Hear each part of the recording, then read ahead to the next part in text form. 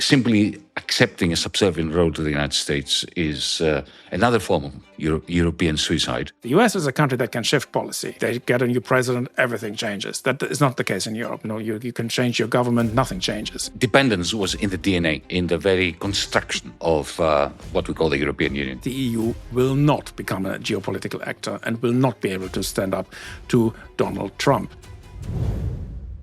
In a week when global diplomacy is centering on Europe, when US, American, European, and Ukrainian officials are discussing a potential peace process, in a week when the EU discusses the future of the Mercosur trade deal with Latin America, and where it discusses the sequestration of Russian assets, I will be debunking the idea that the EU is viable without the United States. The idea that we should go it alone is very popular among the sort of the center-left, the soft center-left in European politics. A lot of EU advocates, many from academia, think tanks, during the time when Donald Trump started his tariffs, we all remember April the 2nd, Liberation Day, as he called it. The initial response in Europe was that we should retaliate. And there was a massive consensus, even sort of in countries like Germany initially, that we should retaliate. In the end, we remember when Ursula von der Leyen traveled to Scotland to a golf course where Donald Trump was playing, that she had to accept a very unfavorable trade deal in which the EU would cut its tariffs on American goods, whereas the US would raise its tariffs on European goods to a level of 15%. Now, the previously threatened tariffs were higher, so you could sell this as a relative success. But it also goes to show that the EU couldn't do what it wanted to do, which was initially retaliate. They had drawn up lists in Brussels of goods to retaliate. These lists circulated widely. And in the end, it was Friedrich Merz, the German chancellor, who basically told Ursula von der Leyen that the EU cannot do this because we are dependent on America for defense and so many other things, and we don't want to trade war with them at a time when there is a war going on, a real war going on in Europe, in Ukraine. The issue goes much deeper than this. Ukraine is a factor, defense is a factor. Everybody talks about defense. Sure, we are dependent on the United States for defense. You can't have a trade war with a country that provides you with a nuclear umbrella. I get this. This is indeed the case. But our dependency with the United States goes so much deeper. The most problematic part of our dependency with the United States is not only just trade. It is the largest trading partner, for example, for Germany, but it's technology.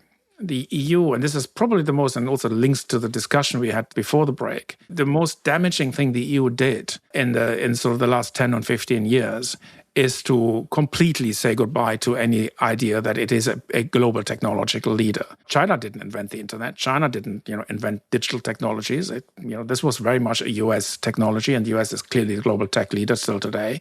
But China did something very smart. China caught up with this. China has its own AI industry. China has competing AI models to those of the United States. And not only has it made itself independent of US models, it also ensured that the US would not enjoy monopoly profits. That would have been a scenario for the likes of OpenAI and other companies had there been no one in the world to develop competing models. So China told us that it is possible. It told us that it's possible even if you're not a democracy. You didn't have to be ideal situation. You don't have to be the ideal. We have many more trained engineers and scientists. But China was able to do this because it put money into this. It prioritized that. And that's something we Europeans never did. We stuck to our technology of the 19th century. The Americans and the Chinese entered the 21st centuries, and we have not done so in Europe. We are really way behind. This is the main reason, I think, because even on defense, we are dependent on the United States. I think Yanis was saying earlier that we are spending our extra debt that we have now allowed ourselves, the fiscal deficit spending, we're spending it on defense. But most of this expense is not spent on national defense, it's spent on buying American-made products. And the reason we're buying American products is not only because Trump puts us under pressure. The reason we have to buy American products is because in the stuff we need, like air defense systems, like satellite-based technologies, drones, we don't make them. We don't have the technology. We are not nearly as advanced. The second reason is that in order to act geostrategically, you need to be a full political union, not a sort of a union of states. Now, the EU as it is today is not a state. The EU as it is today, you can call it a hybrid. You can call it, it has some functions that it does centrally, like agricultural policy, and some functions where it decides by what it calls a qualified majority. So in some areas, they act jointly, but they, in many areas, especially in foreign policy, defense policy, in many areas that involve fiscal policy and money, they have to act unilaterally. And whenever that happens, is that they come up with the lowest common denominator. There isn't a strategic planner in the EU. The question, if the EU drafts this legislation, it drafts it in mind with what they can realistically expect to get through the process, the sausage machine of European legislation, which is more complicated than that of most member states. In geopolitics today, you need strategic action. Like, when President Xi responded to Donald Trump's tariffs the next day with his own tariffs, or when China introduced its chokeholds on rare earth metals. That's something that a person needed to decide to do. This is not something you can push through the EU Council on a majority vote. The requirement for the EU to become a geopolitical actor, absolutely, the minimum is that they become a political union and have a democratically legitimated president or government. Really big treaty change needed for that to happen. And I'm always told that I've always been sort of a romantic advocate of a federal Europe, not because I'm pro-European or anything, because I always felt that an EU in the way it is organized today doesn't actually make much sense. I actually believe it's actually not desirable. So if you want to be active, either you go back to member states and have the EU just as a single market maybe, or you go full-fledged federal. But if this is considered to be unrealistic, and nobody wants to break the EU. I mean, you could have a federal union with a smaller number than 27 countries. It is not necessary for everybody to be part of it. But the EU have always wanted to avoid something like a split and is still in a mode to enlarge, like the enlargement to Ukraine, which I think will cripple the EU unless they completely reform the way they work, their budgets. It requires very significant steps on the road towards a political union in order for that to happen. So if they wanted to be a geopolitical act, it would require something that everyone tells me is unrealistic.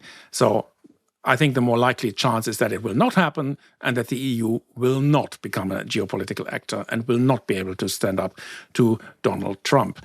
A part of this problem is the fact, and we're seeing this in this debate we have about how to fund Ukraine in the future, is the fact that we cannot mobilize financial resources. The reason we're talking about the sequestration of Russian assets is because we have difficulties. We don't have spending available. The Germans have allocated all their extra money that they have allocated themselves for all the deficit spending. The French are at the end of the tether. They don't have even any money left for Ukraine in their budgets.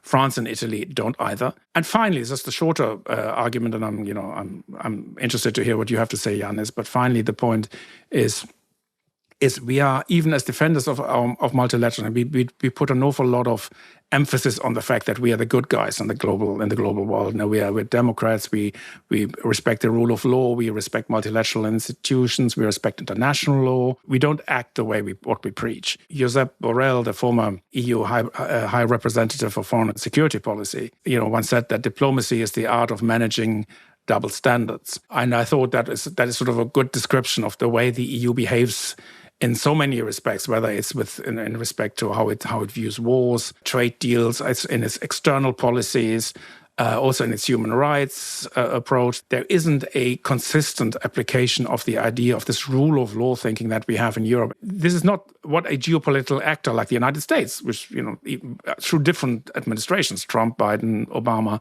nobody would, what they all have in common is sort of some strategic thinking in their foreign policy. That's mostly absent. We are driven by emotions. We are driven by principles. We're driven by righteousness. But very few people in Europe have a tendency to think things through the end.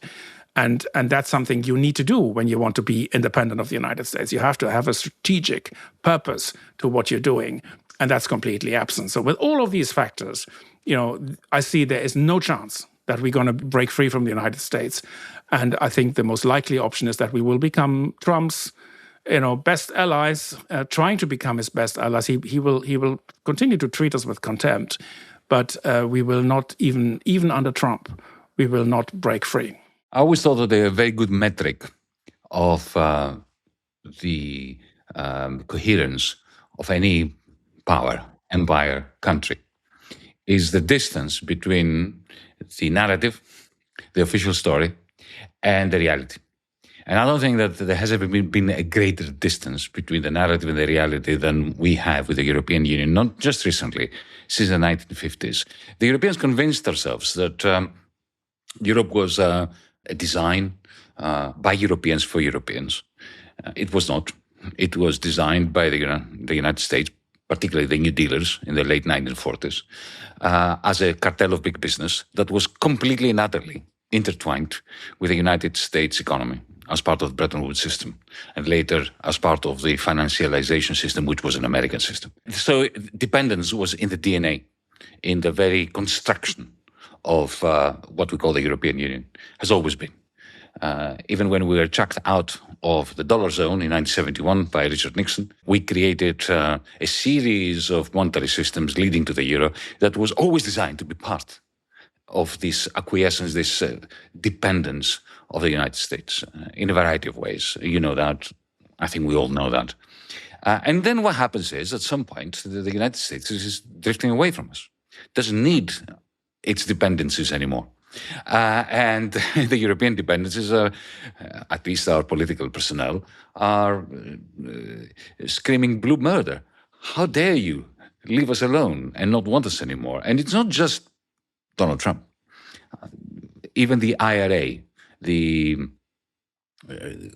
centerpiece of Joe Biden's industrial policy for the United States. It was a way of essentially discriminating against Europe. It was a way of moving away from the Washington consensus.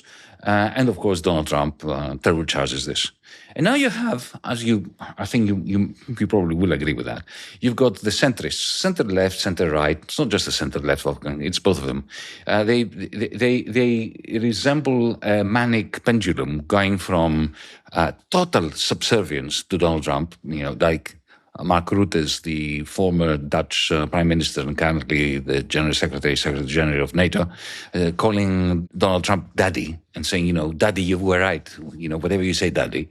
Going, from this extreme, so, sad to watch subservience to the Donald, going to the other extreme of social democrats or Greens or center-leftists, talking the good talk about Europe decoupling from Trump's United States, but not being interested in discussing all the things you discussed, which would make such a decoupling realistic.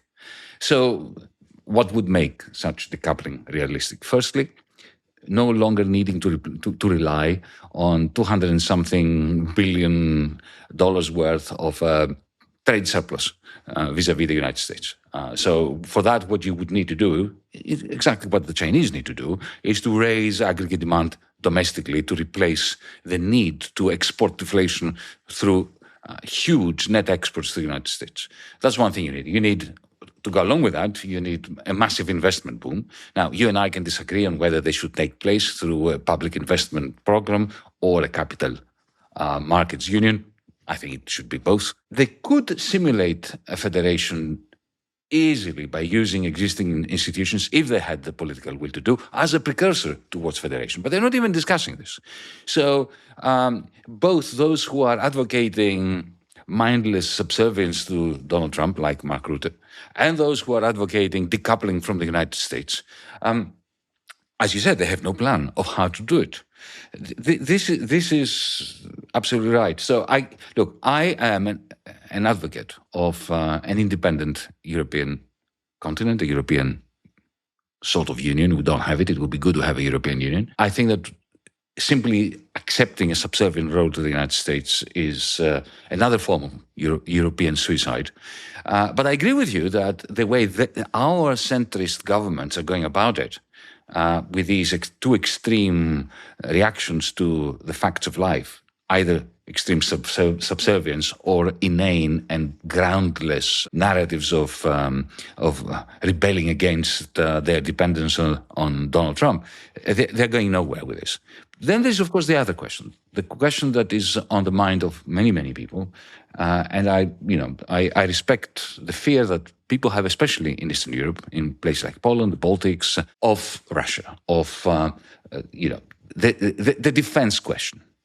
Now, on this, we probably disagree, because I do not think Russia is a real danger, poses a real threat to Europe, not even to Latvia, not even to Lithuania. We can debate that. I don't believe that it is necessary for Europe to spend 800 billion on weaponry, more than we already have. We have spent 2.5 trillion in the last 6-7 years. We are spending it very badly. You've made the point many, many times before on the Econoclasts and in your intelligence that we don't have a proper procurement system. We replicate. There is a lot more stuff we can do in order to improve our military capacities before we spend more money. My message to people, especially on the eastern flank of the European Union, who are worried, and I respect that, especially if you're a Pole, you had centuries of being subjugated to Russia. If you are in the Baltics, you also have a history that gives you good cause to be worried. But I want to remind of our audience of the tragedy of Oedipus's father in the ancient tragedy. Oedipus's father, Laius, one day was told by a renowned oracle that a son will be born, and that this son is going to kill him. So he can't sleep at night. When a son is born, his wife gives birth to a son, then he has that baby, that infant, murdered. Why? Because he's so worried that he will die. And what is the result? The result is that this infant, in the end, some shepherd takes pity on the poor infant and gives it away to some foreigner. And that infant grows up to be the person who inadvertently kills his father. What we are doing in the European Union with Russia is we are strengthening Putin. The policies of the European Union in the last 15 years, aided and abetted, of course, by the Democrats in the White House when they were in the White House, they have created Putin as he is today. And, all this military spending and all this warmongering is butter on the bread of Vladimir Putin. I'm using a Greek metaphor here. It is strengthening him.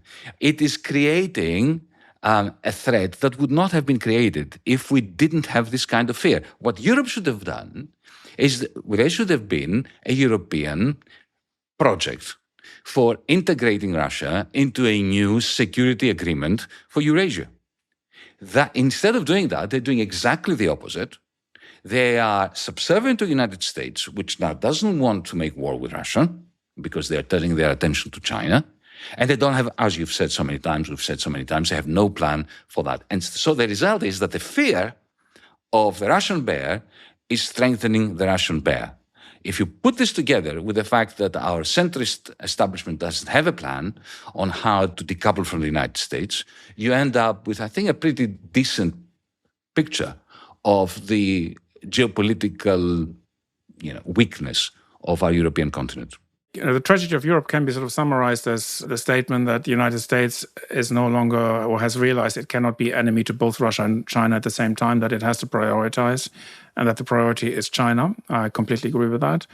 It's leaving us alone to deal with Russia, and for that we don't have the organization. I think European integration remains desirable, but I don't think it has a chance without the EU's destruction. I don't think it was bound to fail. I would probably not share your narrative that the EU was already created as an as a pro-American thing. I think it was created, there were periods, and I remember this in the early, as a young journalist when I covered the euro, there were politicians, senior people who really saw the euro as a way of breaking free. I was talking to a former Italian finance minister who told me that for him, the euro is an instrument of geopolitical freedom. And, he was unfortunately the only one. And, sadly, he died relatively early. But, there were certainly attempts of people who saw it like more like you and I saw it, and in big countries and powerful positions. But in the end, it was a version of Europe that was very much subservient to American economic ideas. I mean, the early part of the century, with a celebration of these imbalances, with celebrations of stock market bubbles, and then the group thing on QE, the group thing on austerity. There's group thing everywhere. And now that the US has shifted, because the US is a country that can shift policy. They get a new president, everything changes. That is not the case in Europe. No, you can change your government, nothing changes. I think the US is on a dead end here. And I don't think it can be reformed. So the idea of another treaty change, and I've been talking about this endlessly, should we have another treaty change? Should we have change the majority voting systems? I think it's too late for that. I don't think that the euro, the way the EU is constituted today, even the way the euro is constituted today, are viable and sustainable. And we can have a separate discussion on Russia. And I indeed have slightly different views on defense spending. I do believe that we should do this, but this is another debate. We can a sovereign Europe can choose to have a high defense spending, and a sovereign Europe can also choose to have a lower level of defense spending. That's something that a sovereign state would do differently, or would decide for itself, as opposed to what we have today, where we have basically just one collective action problem heaped onto another, and basically having others, Putin, Trump, exploiting this. And I completely agree with you that we created Putin and we made him stronger through our policies. It's the sanctions that we employed against Russia that have ended up strengthening Putin, that ended up strengthening the Russian economy.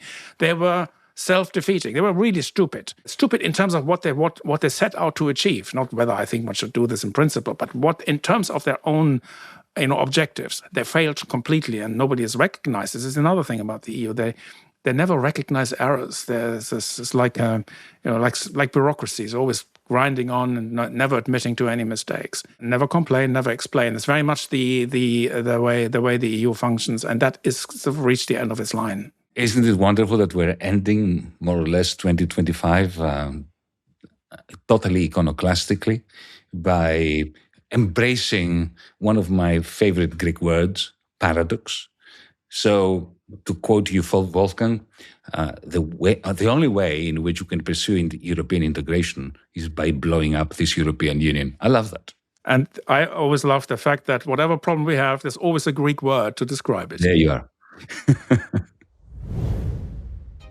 So that's it for today, folks. Next week, we shall be responding, Wolfgang and I will be responding to questions that you have posed, you have sent our way. Until then, don't forget to rate, like, and subscribe to the Econoclasts.